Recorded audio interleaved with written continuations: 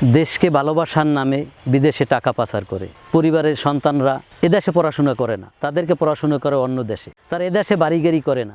আলেমরা এক প্ল্যাটফর্মে দাঁড়ান। মুসলমানের একটাই দল হোক, তা হলো লা ইলাহা ইল্লাল্লাহু মুহাম্মাদুর রাসূলুল্লাহ।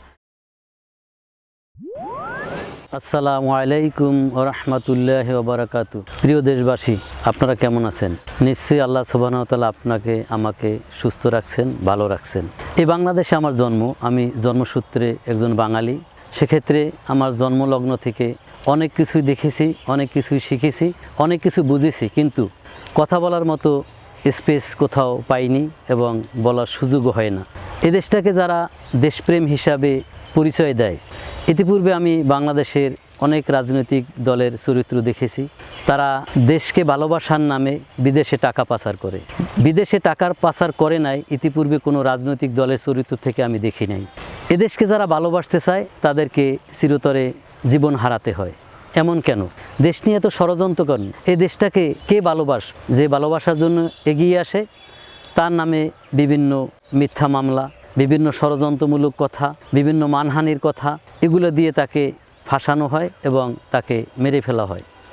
আমাদের দেশে একের পর এক ষড়যন্ত্র চলছে। আমরা বাঙালি, আমরা দেখেছি এদেশকে কারা ভালোবাসে। জন্ম থেকে দেখছি দেশের জন্য কার টান। ইতিপূর্বে আমরা অনেক রাজনৈতিক দলকে দেখেছি তারা বিদেশে টাকা পাচার করে। তাহলে এ দেশটা কি আপনার আমার জন্মভূমি নয়? এদেশ থেকে অন্য দেশে কেন টাকা পাচার করেন? তার মানে কি বাংলাদেশটা আপনার একটা আয় করার জায়গা? আর বিশেষ করে এই রাজনীতিবিদদের পরিবারের সন্তানরা এদেশে পড়াশোনা করে না, তাদেরকে পড়াশোনা করে অন্য দেশে। তারা এদেশে বাড়িগাড়ি করে না, করে অন্য দেশে। কেন ভাই?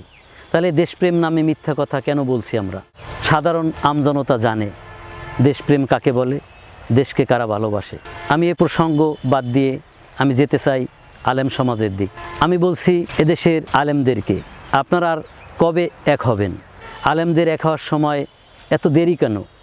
5 আগস্টের পর তো আলেমদের এক হওয়ার কথা ছিল।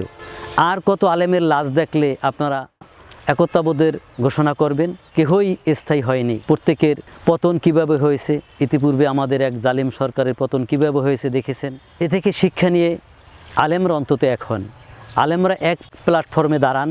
আপনারা যদি তরিকা নিয়ে ব্যস্ত থাকেন, আরে তরিকা নিয়ে ব্যস্ত হওয়ার কিছু নেই, আপনার তরিকা আপনি চালাবেন, সমস্যা নেই। কিন্তু কোরআনের একটা আয়াতকে আমরা উপলব্ধি করি, কোরআনের একটা আয়াতকে আমরা খেয়াল করি। আল্লাহ বলছেন, ও আতাসিমু বিহাবলিল্লাহি জামিয়া ওয়ালা তাফাররাকু। আল্লাহ বললেন, তোমরা আল্লাহর রজ্জুকে মজবুতভাবে আঁকড়ে ধরো, পরস্পর তোমরা দলাদলি করো না। আমরা দলাদলি ছেড়ে দিয়ে আমরা এক কলেমার লোক হয়ে যাই। মুসলমানের একটাই দল হোক, সেটা হলো লা ইলাহা ইল্লাল্লাহু মুহাম্মাদুর রাসূলুল্লাহ।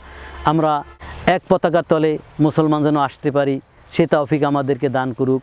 আমি আলেমদেরকে আবারও দৃষ্টি আকর্ষণ করছি, আমাদের হাতে আর সময় নেই। আসুন আলেমরা তরিকার ভেদাভেদ, মাযহাবের ভেদাভেদ ভুলে গিয়ে আমরা এক প্ল্যাটফর্মে বসি।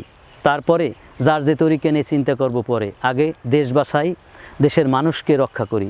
দেশ যদি না বাঁচাই, এ দেশটা সারা জীবনই একটা আয়ের রাজ্য, আয়ের দেশ হিসাবে রাজনীতিবিদরা চালাবে। ইতিপূর্বে রাজনীতিবিদদের চরিত্র তো দেখেছেন।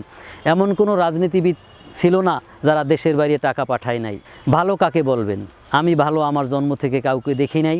দু একটা লোক ভালো থাকলেও তাকে খারাপ ট্যাগ লাগিয়ে রাখা হয়েছে। একের পর এক দেশকে বিভাজন করার কথা শুরু করে। ইতিপূর্বে আমরা দেখেছি মুক্তিযুদ্ধ এবং রাজাকার। কারা রাজাকার এ দেশে? যাদের জন্ম হয়েছে 71-এর পর, 75-এ, 78-এ, 80, এমনকি 20-25 বছরের ছেলেদেরকেও রাজাকার বলা হয়। আসুন আমরা এই ভেদাভেদ শব্দগুলো ভুলে যাই।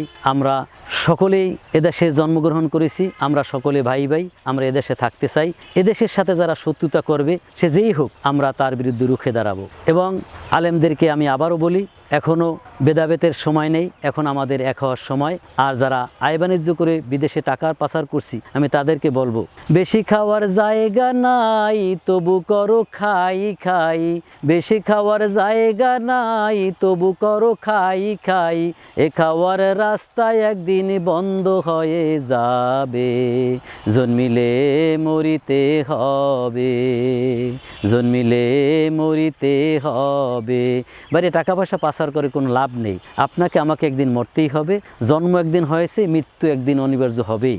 আসুন আমরা দেশের স্বার্থে, মানুষের কল্যাণের কাজ করি।